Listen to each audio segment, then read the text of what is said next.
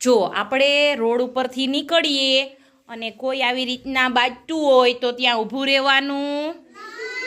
આપણે શું કરવાનું? ત્યાંથી નીકળીને આપણા ઘરે આંગણવાડીએ જે જતા હોય ત્યાં જોવા ઊભું રહેવાનું, નહીંતર આપણને લાગી જાય. હા, શું થયું છે આને?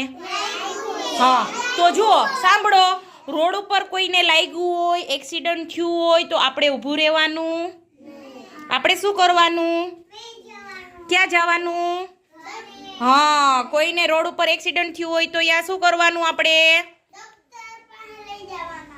ના લઈ જઈ શકીએ. મમ્મી પપ્પા હોય તો લઈ જાય. આપણે ઘરે જવાનું.